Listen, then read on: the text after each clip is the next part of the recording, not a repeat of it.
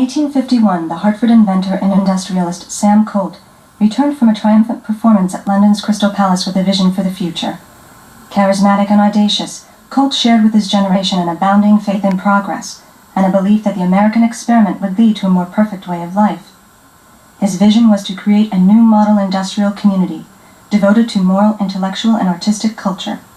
He acquired 200 acres in Hartford's South Meadows, and in 1855 built Colts Armory, the world's largest private gun factory. Although the place known as Coltsville never lived up to its founder's dream, hundreds of thousands found work there. For many, it was the beginning of a new life in America.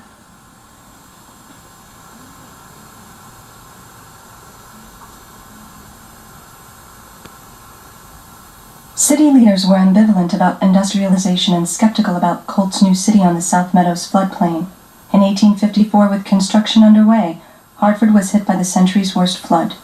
Although Colt's folly appeared doomed, he hired an artist to document a world he was about to change.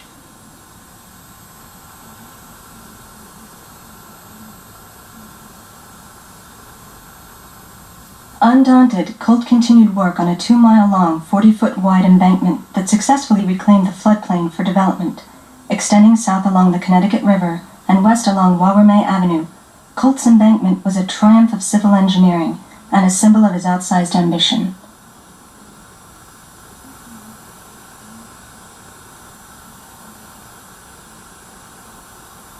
At the height of the Civil War, Colts Armory, with its H-shaped east and west wings, employed about 1,400 workmen in 8 500-foot-long, 60-foot-wide rooms filled with men and machines. Its massive scale and Russian-style onion dome symbolized the power and international aspirations of the manufacturing revolution that unfolded within. Today, Colts Armory is the centerpiece of an industrial park for small businesses, shops, and studios.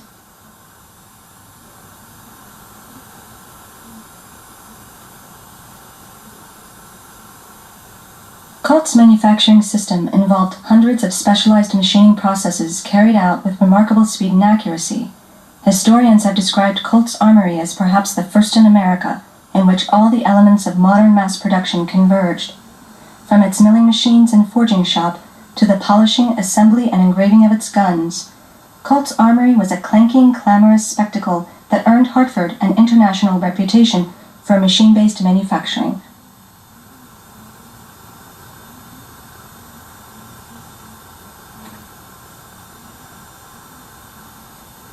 On the morning of February 5, 1864, in an event described as the severest calamity that ever visited the industry of Hartford, Colt's Armory was destroyed by fire. Believed to be the work of Confederate arsonists, the Great Fire endangered the arsenal of a nation at war, caused damage valued at about $33 million, and threw hundreds of men out of work.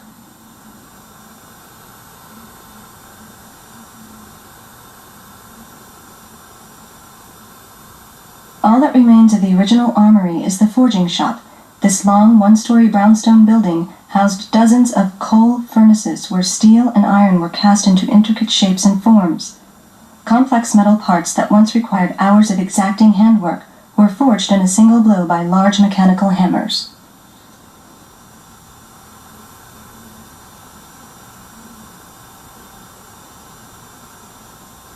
Coltsville was conceived as a self-contained industrial compound, complete with a store, ferryboat and railroad depot, a school, recreational facilities, and a community center. Because Hartford lacked sufficient working-class tenements, Colt built more than 20 units of workers' housing.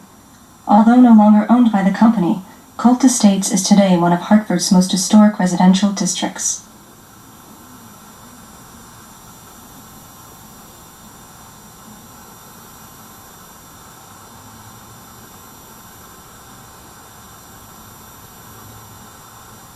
To the south was Potsdam Village, home to many of Colt's German immigrant workmen and their families. With its beer garden, rustic housing, and wicker furniture factory, Potsdam Village offered a picturesque contrast to the more severe-looking armory complex. Although the wicker factory is gone, the Swiss-style cottages remain one of Hartford's most intriguing historic neighborhoods.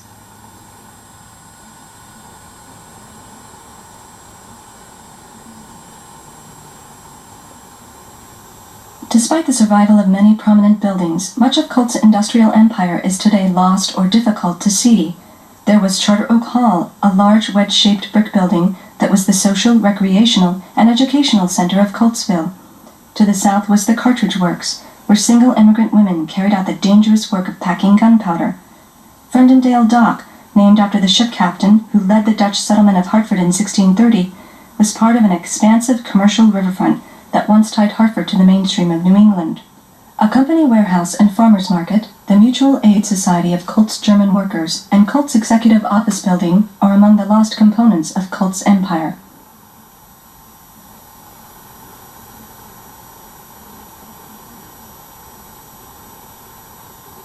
In 1905, Elizabeth Colt bequeathed 100 acres of her estate to the city of Hartford to create Colts Park. Although its ponds, gardens, greenhouses, and statuary are long gone, Hartford's Department of Parks and Recreation operates a complex that features ball fields and playscapes, a stadium and running track, picnic groves, and a swimming pool. Among the surviving Colt family buildings are a handsome brick carriage barn, the Gothic cottage residence of Colt's English gardener, and a long wooden building Elizabeth Colt used to store ice harvested from the estate's ponds. At the entrance to the park is the Colt Memorial statue, which she built on the site where Sam Colt and their infant children were originally buried. The monument depicts Sam Colt, the boy genius, and Colonel Colt, the master of Coltsville, together with scenes of Colt's international triumphs.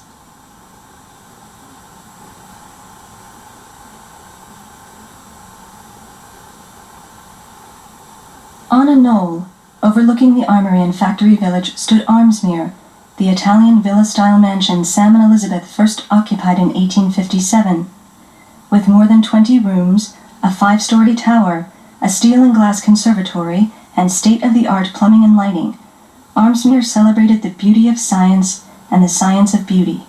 Before her death, Elizabeth Colt created the Colt Trust to preserve Armsmere as a home for as many educated gentlewomen and widows of clergymen as it could adequately house.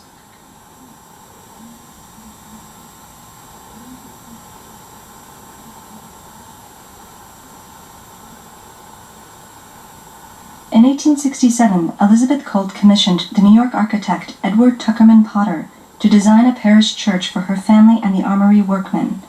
The Church of the Good Shepherd, regarded as a gem of ecclesiastical architecture, was an artistic and technological marvel. The building introduced Hartford to the modern Gothic style that would soon dominate its skyline. Its plan featured an elaborate hierarchy of entrances, one for the vestry and priest, one for the Sunday school, and the armorer's door, decorated with Colt's revolvers cut in stone. With its cast-iron columns and stained-glass windows inspired by fine art, Good Shepherd is one of Hartford's outstanding architectural treasures.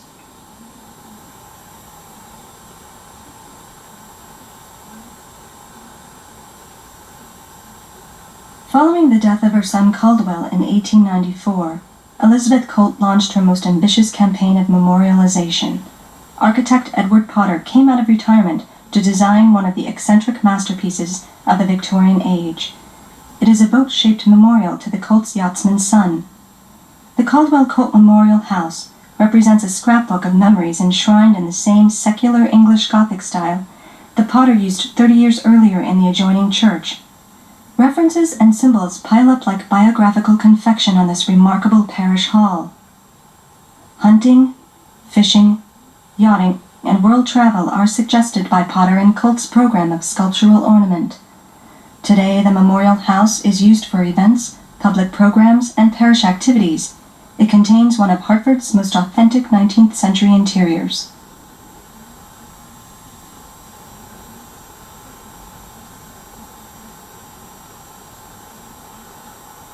Coltsville is today only a legend, and yet, at a time when older cities like Hartford face enormous challenges, Colt's dream of an industrial Shangri-La is still compelling. Colts Industrial Park has tried to keep the spirit alive by sponsoring artists' open gallery weekends and promoting the kind of small business startups that Sam Colt believed were the source of American prosperity. Others have imagined Colts Armory handsomely landscaped and restored as a mixed-use community on the banks of the Connecticut River. With so much invested in the quest to reconnect Hartford to its riverfront, Colts Armory is uniquely situated. Imagine a museum of science and industry that builds on Hartford's illustrious industrial heritage. or the Atheneum's Colt collection with a permanent place for display. Both Sam and Elizabeth Colt recognized the power of parks, museums, decent housing, and good schools to create new opportunities for everyone. Maybe looking forward also involves looking back.